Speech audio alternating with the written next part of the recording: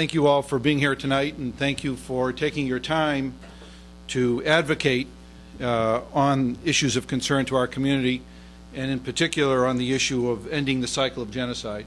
And that's what I'm going to briefly talk about tonight.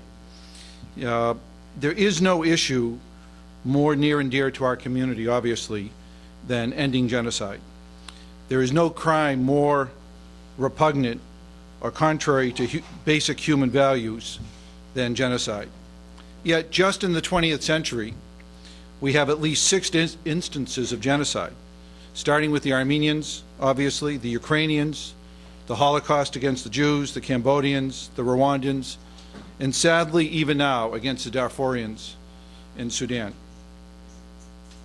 Our good friend Samantha Power has documented what has occurred in the 20th century in her book, Problem from Hell, America's Response to Genocide in the 20th Century. And if you haven't read it, I would urge all of you to read it. This is not a problem of the past. This is a problem of the present. It's a problem that's occurring as we speak today over in Darfur. And unless we do something about it, this cycle of genocide will continue. And it will continue and continue, and we all have a moral responsibility to step forward. The first thing, of course, that must be done is to recognize a genocide when it is occurring. And that's much easier said than done. At the time the Holocaust was occurring, there was tremendous pressure to not accept it. And for a long time, the United States and many other European countries kept their heads in the sand and said nothing is occurring.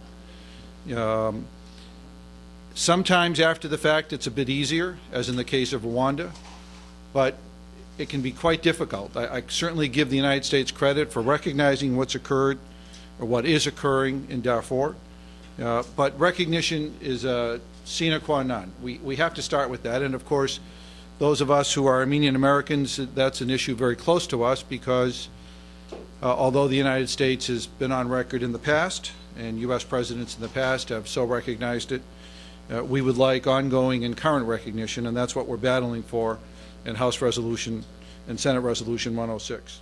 The failure to recognize, however, is also directly aiding and abetting those who are deniers.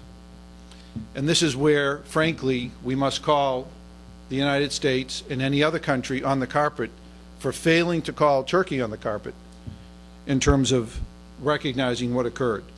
Because the last act, the last phase of genocide is denial.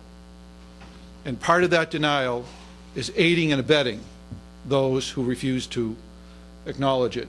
And right now, unfortunately, we find the United States in that position. Again, the failure to punish allows those who consider it to feel, those who have committed it, to feel that there are no consequences. As Armenians, there's no more moral imperative for us to speak out on genocides as they occur around the world. That is why today we are here not just focusing on the Armenian genocide and the resolutions pending before the House and the Senate, but working with the Genocide Intervention Network to talk about and to call upon and advocate for what's occurring in Darfur, to call upon Congress to deal with that and to be forthright and to make a difference. If, for God's sakes, we as Armenians don't speak out on this, who else is going to speak out on it? We have a moral imperative, and we have been very active, as most of you know, and have been for a long time on the genocide in Darfur, and we will continue to be. In closing, I call upon each and every one of you, as I frequently do at the closing of any of my remarks, to get involved, to organize your communities, and to make a difference. Your individual participation, your involvement here in Washington, dealing with your local elected representatives, back home, in your state governments and your local governments, it is you who make a difference. In whatever state you're from, we welcome you. You build the political capital that allows us to advocate and to drive the policy here. And without you, we couldn't possibly at all have any success in Washington. So I thank you for your participation, but I will continue to light a fire under you. And for those of you who are here and active, that's terrific.